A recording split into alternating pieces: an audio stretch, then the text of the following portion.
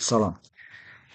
Biz bu günləri Azərbaycanda feodal münasibətlərin yaranmasını müzakirə edəcəyik. İlk olaraq görək, feodal münasibətləri necə yarandı, nə zaman yarandı və feodal münasibətlərin xüsusiyyətləri nədir? Şərqdə feodal münasibətləri necə inkişaf etmişdi, Qərbdə necə inkişaf etmişdi, onların oxşar fərqli cəhətləri nədir? Feodal münasibətin ilkin mərhələsində Azərbaycanda mövcud olan torpaq mülkiyyət formaları, vergi və sair bunları biz müzakirə edəcəyik. Dövlətə hərbi və mülki xidmət göstərən ayrı-ayrı şəxslərə torpaqlar verilirdi. Həmin torpaqlar feod, yəni mülk, onun sahibi isə feodal, yəni mülkədar adlandırılırdı. Feodal ona verilən ərazilərdə idarəetmə ilə məşğul olur və burada yaşayan kəndlərdən vergi toplayırdı. Dövlətə xidmət müqabilində torpaq mülkiyyətinin verilməsinə əsaslanan sosial-iqtisadi sistem feodalizm adlandırılır. Qeyd edim ki, Azərbaycanda feodal münasibətləri quldarlığın daha geniş yayıldığı dövlətlərə nisbətən daha tez meydana gəlmişdi, yəni 3-cü əsrdə yaranmışdı. Quldarlığın daha çox inkişaf etdiyi ərazi əsasən Avropa dövlətləri idi və Avropada feodal münasibətləri 5-ci əsrdə yaranmışdı. Qeyd edirəm ki, feodal münasibətlərin yaranması ilə Azərbaycanda erkən orta əsrlər dövrü başlayır və erkən orta əsrlər dövrü 3-cü və 10-cu əsrləri əhatə edir.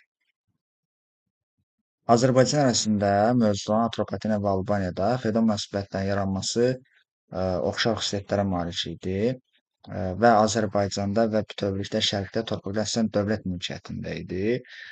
Təbii coğrafi şərait əkinçi üçün süni suvarma sisteminin yaradılmasını tələb edirdi. Bu isə yalnız dövlət tərəfindən həyata keçirilə bilərdi. Yəni buradan nəticə çıxarırıq ki, Azərbaycanda olan və Şərqdə olan feodalların şəxsi təsərrüfatı olmurdu. Onlar süni suvarma sistemini çəkə bilmirdilər. Yəni bu böyük bir xərc tələb edirdi. Yalnız bunu dövlət yerinə yetirirdi. Albaniyada feodal münasibətlərin yaranmasını xüsusiyyətlərini nəzər yetirək. Demək, torpaq üzərində dövlət mülkiyyəti üstünlük təşkil edirdi. Bu da Albaniya dövlətinin hakimiyyətinin güclənməsinə və mərkəzləşməsinə səbəb olmuşdur. Hökmdar və ailə üzvlərindən başqa Alban kilsəsinə də böyük torpaqlar məxsus idi. Eyni zamanda feodalların da torpaq mülkiyyətləri var idi. Kəndlərin də bir hissəsinin az da olsa xüsusi torpaq mülkiyyətinə malik olması Albaniyada feodal münasibətlərinin xüsusiyyətlərindən biri idi. Feodal münasibətləri Şərqdə və Qərbdə biz ilk olaraq fərqli cəhətlərinə baxırıq.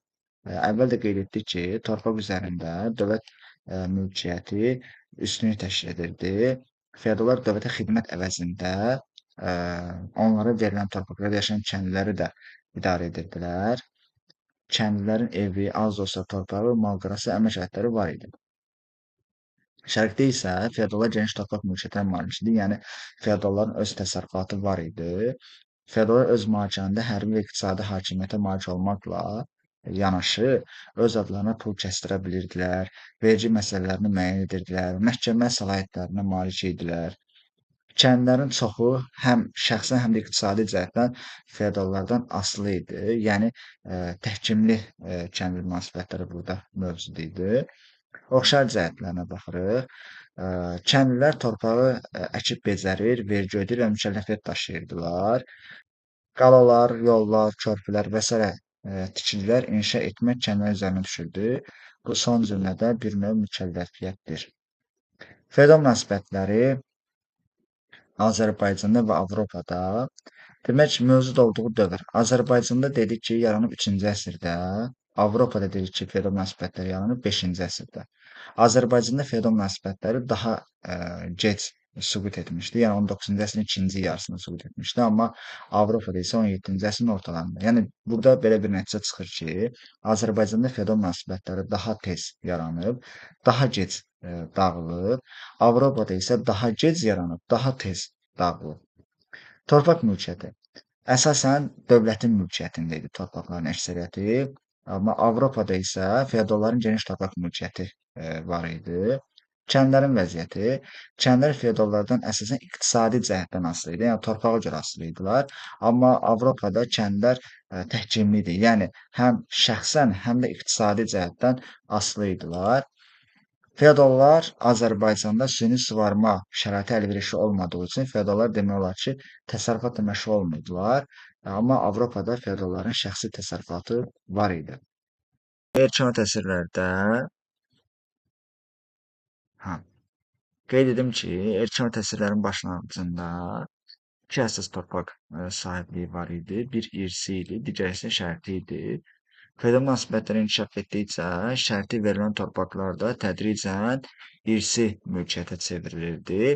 İlk vaxtlar irsi torpaq mülkiyyətinin sahibləri içərisində hökmdar ailəsinin üzvləri və əyanlar tuturdu. Şərti torpaqların əsas sahibləri isə hərbiçilər, qismən də mülki məmurlar idi. Bundan başqa din xadimləri və məbədlər də torpaq sahibliyinə malik idi.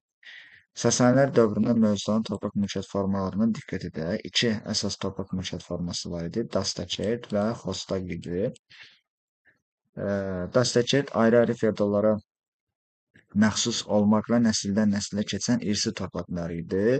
Xostaq isə dövlətə xidmət müqabilində hərbiçi və mülki məmurlara verilən şərti torpaqlar idi. Biz burada bunu qeyd etdik. Yəni şərti torpaqlar əsasən hərbiçilər və qismən də mülki məmurlara verilirdi. Artıq 5-ci, 6-cı əsrlərdə feodal münasibətlərinin qəti möhkəmləndiyi bir zamanda artıq irsi torpaqlarda mühüm yer tutmağa başlamışdı. Hətta vilayət hakimi vəzifəsi də bir qayda olaraq irsən atadan oğula keçirdi. Vilayət hakimi artıq təkcə inzibati vəzifə sahibi olmayıb, həm də tədricən iri torpaq sahiblərinə çevrilirdi. Bu dövrdə feodallar kənd icmalarının torpaqlarını tutur, nəticədə kəndlər asılı hala düşürdülər. Əkilib becərilməsi çətin torpaqlar isə sahibsiz qalırdı. Sonra vergilər, mükəlləfiyyətlər. Sasanilər dövründə iki əsas vergi növü var idi, xaraq və gezid. Bundan başqa şəhər sənətkarları və tacirlərdən xüsusi vergi alınırdı. Xaraq bilirik ki, kəndlərin torpaqdan istifadə müqabilində dövlət xəzinəsinə ödədiyi vergi idi. Əsasən məhsul ödənilirdi. Əkin sahəsinin şəhərə yaxın uzaqlığından və məhsuldarlıqdan asılı olaraq xaraq vergisi alınırdı. Gezid can vergisi idi, ildə bir dəfə toplanılırdı. Verginin toplanılmasında əldə edilən gəlir hesabına çoxlu qoşun saxlanılırdı. Sonradan feodalların, dini qurumların xeyrinə də vergi və rüsumların ödənilməsinə, müxtəlif mükəlləfiyyətlərin yerinə yetirilməsinə başlanıldı.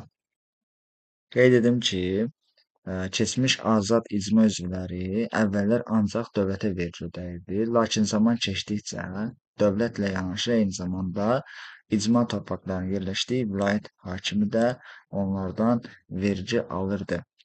Eyni zamanda kəndlər mükəlləfiyyətlər də icra etməli idilər. Bu dövrlərdə, yəni 6-cı əsrdə Xosrov tərəfindən islahatlar keçirildi. İslahatları biz bir neçə hissəyə bölə bilərik. Məsələn, burada torpaq islahatı.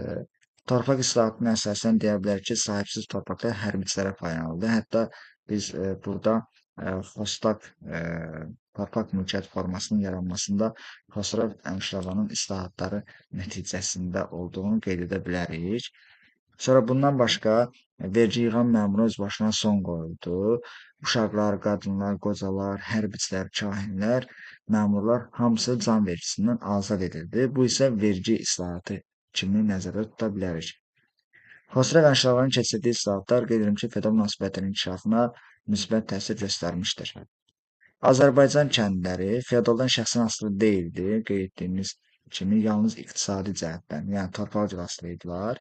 Feodalın torpağına əkib becərirdilər. Evi az da olsa torpağı, mal-qarası, əmək aidləri var idi. Vergi ödəyir və mükəlləfiyyət daşıyırdı. Artıq bu, biz feodal münasibətlərinin yaranması hissəsində bundan danışmışdıq. Azərbaycan kəndləri əvvəllər vergini natural şəkildə ödəyirdi. Yəni natural şəkildə ödəmək mal məhsul ilə ödənilməsi nəzərdə tutulur. Lakin natural vergini artıq pul vergisi əvəz etməyə başlamışdı zamanla. Nəticədə kəndlər arasında artıq bərabərsizlik yarandı. Varlı kəndlər yarandı. Onlar xırda torpaq sahibinə çevrildilər. Bir qism kəndlər isə müflisləşdi və torpaqsız kəndlərin sayı da bununla artdı.